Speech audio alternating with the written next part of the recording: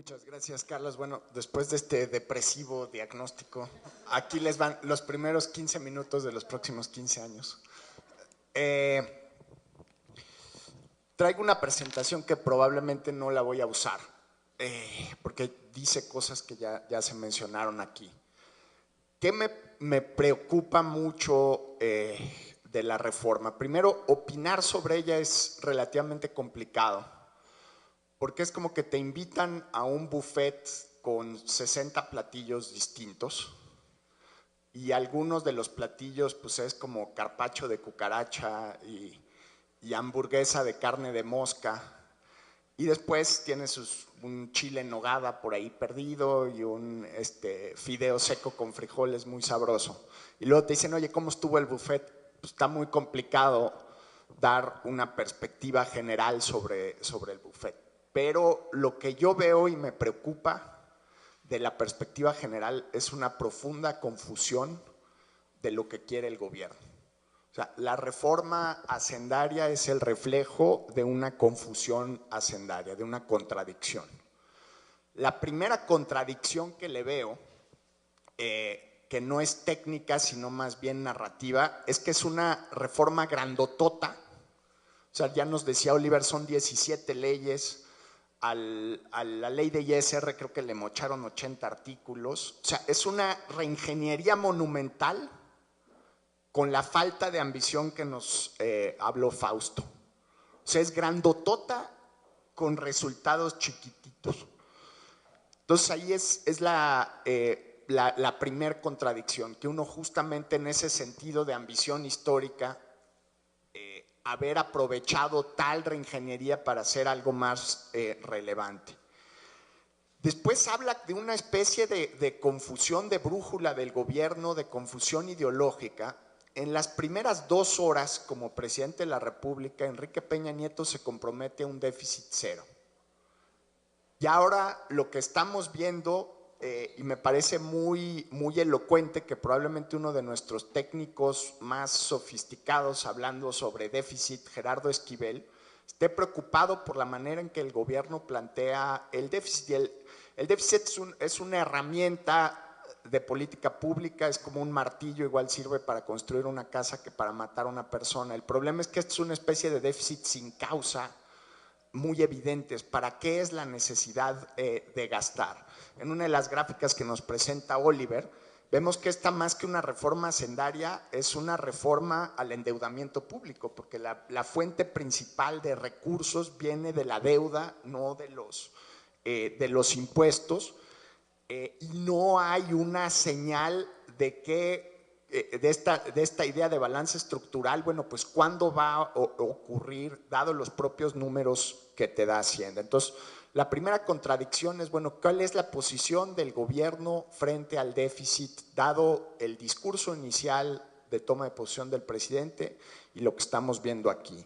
La siguiente, el tema de productividad. Durante 8 meses, el gobierno nos estuvo diciendo que en el centro de su agenda estaba la democratización de la productividad. Y era un discurso muy elocuente, en buena medida alineado con los datos que nos presenta Fausto. Y luego sale con una reforma hacendaria que dices, bueno, ¿qué tiene que ver lo que están presentando aquí con lo que nos dijeron durante los últimos 8 meses?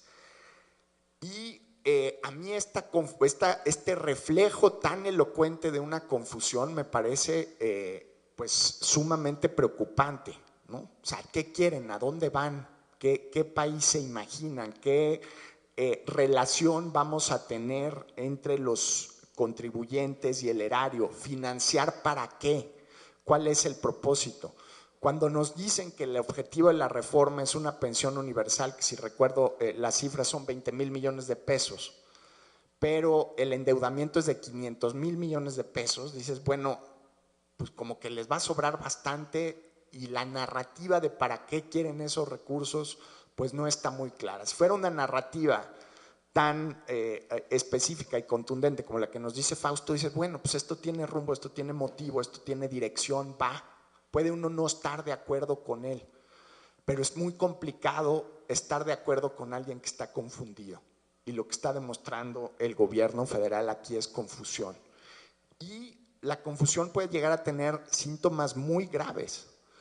Lo que plantearon, ya viéndome a temas muy específicos, pero muy preocupantes.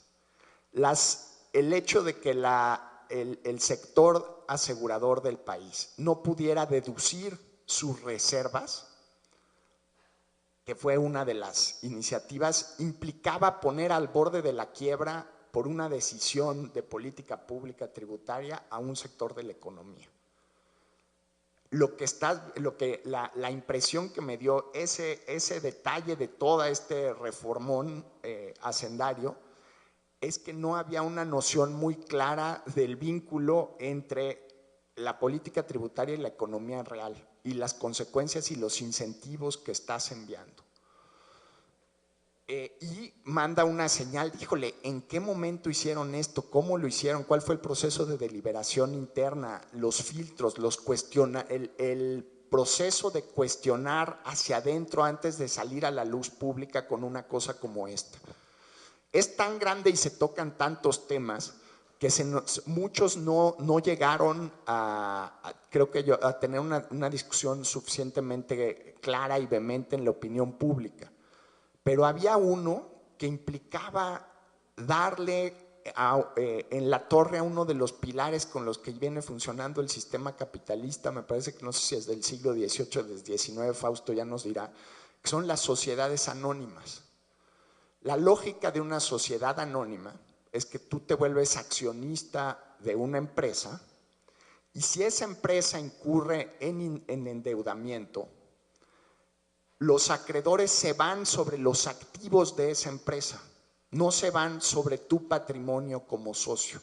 Ese es, en una noción muy básica, lo que significa las sociedades anónimas y permiten pues un clima de inversión natural que sabes que si compras acciones de una empresa o le apuestas a una empresa y esa empresa quiebra, pues vas a perder si pones un restaurante, pues vas a perder el horno y la cocina, y si compraste la propiedad, pues pierdes la propiedad para pagarle a los acreedores. No pierdes tu casa, no pierdes tu coche, el patrimonio de tu familia no está en riesgo.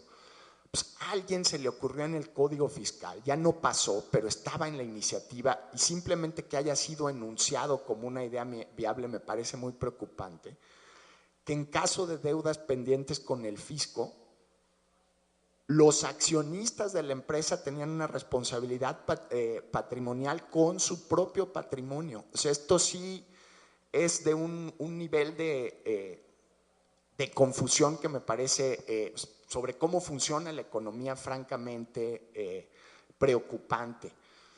El hecho, por ejemplo, de que hay muchas empresas en la frontera que efectivamente hacen fraude importando productos temporalmente, que dicen que solo los van a utilizar para exportar, los acaban vendiendo en el mercado interno y efectivamente hay un arbitraje ilegal de precio frente a sus competidores, que en los hechos no es una importación temporal, ¿no? Porque se acaba quedando aquí.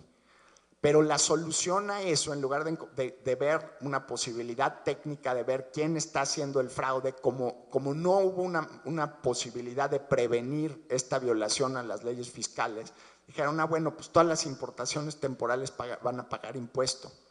Esto simplemente es cobrarle un impuesto a nuestra capacidad de exportación y volvernos automáticamente, de un día para otro, menos competitivos frente al resto de nuestros competidores internacionales. O sea, ¿qué le dices a un inversionista que llega y pone aquí una maquiladora, una fábrica con ciertas condiciones fiscales y luego le haces un cambio tan importante de un día para otro?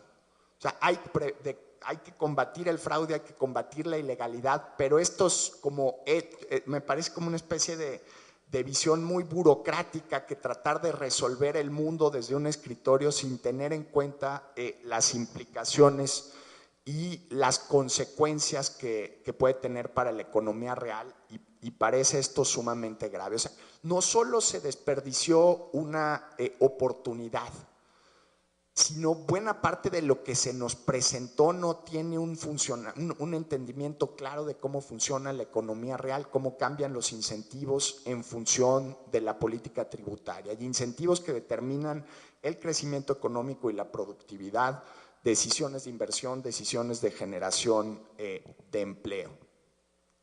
Una vez dicho esto, y para no terminar en una nota tan pesimista, creo que hay algunos aspectos que sí son importantes y mandan señales positivas. O sea, el hecho que se hayan quitado los privilegios, que por un libro de Carlos Elizondo aprendí que privilegio es una ley privada, o sea, una ley designada para un sector chiquito de la sociedad.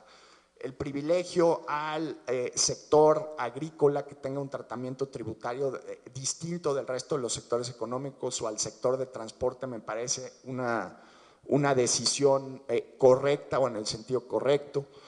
El hecho de que se centralice la nómina de los maestros, aquí Oliver lo ponía con mucha precaución cómo se ejecuta, pero de lo que hemos visto, y bueno, aquí está Marco Fernández, me inhibe un poco discutir el tema con él presente aquí, pero voy a tomar los riesgos. Lo que vimos en el IMCO desde hace, estos son datos de 2010, es que en los primeros 10 años de la descentralización el número de niños en escuelas públicas subió 5%, el número de maestros más o menos 11% el crecimiento. El gasto para pagarle a los maestros en las escuelas públicas subió arriba del 55%. Y vivimos en un país en el que todavía no sabemos cuántos maestros hay en las escuelas públicas. En buena medida gracias a la fuerza del sindicato, que es como el villano preferido en esto, pero los gobernadores han jugado un rol de víctimas y rehenes, y yo diría de socios beneficiados, porque los que recibían directamente esos recursos sobre nóminas totalmente opacas eran los profesores. Entonces, sí hay un esfuerzo de recentralización, sí se está perdiendo capacidad federal, pero estamos hablando de 7% del presupuesto, 7% del gasto público dedicado a pagar nómina, y ahora creo que vamos a tener más información y transparencia al respecto. Lo mismo en la concentración de compra de medicinas. El IMCO empezó una investigación por una nota que apareció en la página 28 de algún periódico. En el momento de la crisis de la influenza, el secretario de Salud Córdoba va a Chiapas, y me acuerdo muy bien el verbo, exhorta al gobierno chapaneco a que gaste los recursos del Seguro Popular en medicinas para el Seguro Popular, cuando uno supondría que eso esté etiquetado, y la etiqueta era una especie como el opio de los presupuestos, ¿no? Porque decía, ya está etiquetado, no te preocupes, no requiere el mismo nivel de fiscalización. Pues en nuestro sistema federal, que no estuvo encarnado por los teóricos del federalismo norteamericano, Madison, Jay, Hamilton, más bien estuvo encarnado por los empíricos del federalismo mexicano, Moreira, Granier y compañía, pues las etiquetas sirvieron para muy pocas cosas y no se estaba gastando el dinero en lo que se debía gastar. Y ya que tenga que ir el secretario de Salud Federal a encomiar, a solicitar, a hacer un llamado a misa para que se gastaran el dinero en las medicinas, pues nos habla en buena medida de los sistemas de salud a nivel local. Entonces, ahí creo que la compra concentrada de medicinas, además de varios estudios de diferenciación de precio muy preocupantes que no explicabas, eran estudios que comparaban precios de medicinas en capitales estatales, no estabas comparando el precio de la medicina en un hospital público en la delegación Cuauhtémoc aquí en el DF y otro en la Sierra de Guerrero, que puede haber costos agregados de distribución y transporte muy evidentes. No, eran en ciudades capitales y había diferenciales de precio de 300% por la misma medicina. Pues qué bueno que eso va a cambiar. Otro aspecto importante que tampoco se menciona mucho, justo por la avasalladora cantidad de temas que nos ha obligado a discutir en esta reforma, nunca lo había visto con tanta claridad como lo puso Oliver, son 60 días para discutir nuestras frustraciones y cantidad de temas que toca. Esto es el del secreto fiscal, que es el artículo 69 del Código. Fausto y yo formamos parte de un amparo contra gobiernos estatales y municipales que les dio el Congreso la facultad de embolsarse el ISR de sus empleados, 60% del ISR para este año. Si el administrador de una empresa privada o de una ONG, como me toca a mí, hubiera hecho eso mismo, te puedes ir a la cárcel hasta por 7 años, porque es literalmente embolsarte un impuesto que tú no generaste, que no te es robarse dinero público en esencia. El Congreso le dio la facultad a gobiernos estatales y municipales de quedarse con este dinero, nos amparamos y en el mismo proceso de amparo solicitamos al SAT que nos dijera, porque además prerrogativa que le dieron a gobiernos estatales y municipales violaba la ley de presupuesto, que dice que cualquier nueva legislación debe venir acompañada de un monto y una cuantificación de lo que estamos hablando. Bueno, esta licencia se dio sin un monto, o sea, el Congreso aprobó este agujero fiscal sin saber el tamaño del agujero. Entonces le preguntamos al SAT de qué tamaño era el monto y cuánto le correspondía a cada estado y cada municipio. Y nos dijeron que los estados y los municipios estaban protegidos por el secreto fiscal y que era el secreto, que no había una distinción en la ley entre personas físicas, personas morales y un concepto que jamás había escuchado en mi vida, personas morales públicas, que son gobiernos. Lo llevamos al pleno del IFAI, ganamos en el pleno del IFAI con votación dividida. El IFAI le ordena al SAT a entregar cuánto le tocaba a cada uno de los municipios por esta, ya no es exención fiscal, es embolsamiento fiscal del ISR de sus empleados. Y el SAT le responde al IFAI que no puede acatar la decisión del pleno del IFAI violando la ley. Y era el artículo 69 del Código Fiscal, que dentro de la misma reforma ya viene la propuesta de modificarlo para que el secreto fiscal proteja a los contribuyentes, que me parece un principio clave. ¿Y quién es un contribuyente? La persona que está pagando impuestos o la persona que está en un proceso de controversia judicial con Hacienda por su pago de impuestos. Si ahorita Hacienda llega con cualquiera de nosotros y nos dice que debe X cantidad de millones de pesos, bueno, pues te vas a una controversia, ves quién tiene razón. Ahí estás protegido por el secreto fiscal. Pero si el SAT te condona recursos, te condona obligaciones, te da privilegios fiscales y eso ya está establecido, ya quedó claro que no vas a pagar, pues entonces no eres un contribuyente y no tendrías razón de estar amparado por el secreto fiscal y eso va a cambiar. Entonces, esta reforma tiene algunos puntos positivos. Escribí también sobre el tema del impuesto a refresco. Creo que es un paso en la dirección correcta de desactivar una epidemia de salud pública y con enormes implicaciones para las finanzas y el erario del país. Tiene algunas cosas buenas, pero como visión general lo que proyecta es una enorme confusión y siguiendo lo que han dicho mis colegas que me antecedieron, una oportunidad desperdiciada de proporciones históricas. Muchísimas gracias.